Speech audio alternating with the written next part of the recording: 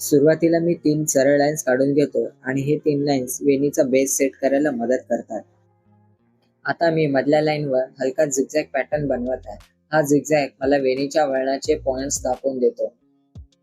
झिगझॅगच्या प्रत्येक पॉइंटला बाजूच्या लाईन्सनी जोडायचं आहे. डावीकडे एक कर्व, मग पुढच्या पॉइंटवर उजवीकडे एक कर्व.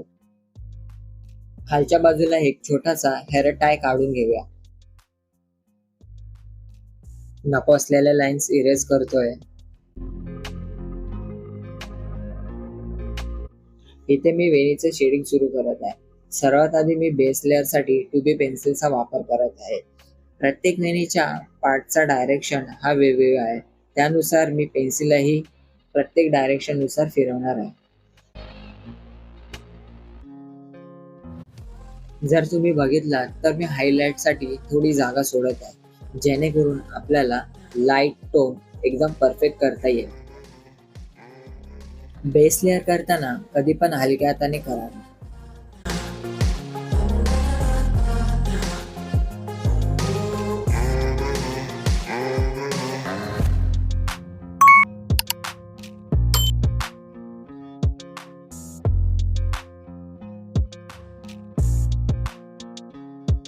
मिडल टोन साठी मी 6B पेन्सिलचा वापर करतो.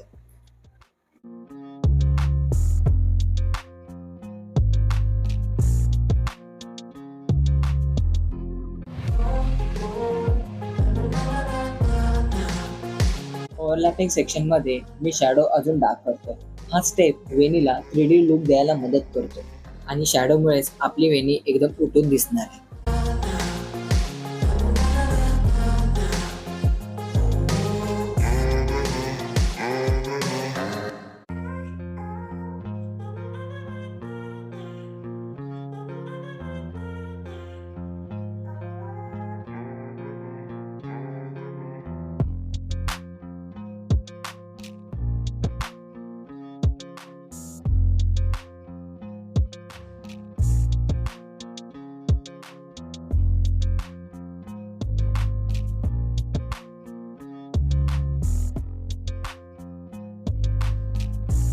हेअर टायला थोडंसं डार्क करून मी मध्ये थोडा हायलाइट सोडणार आहे.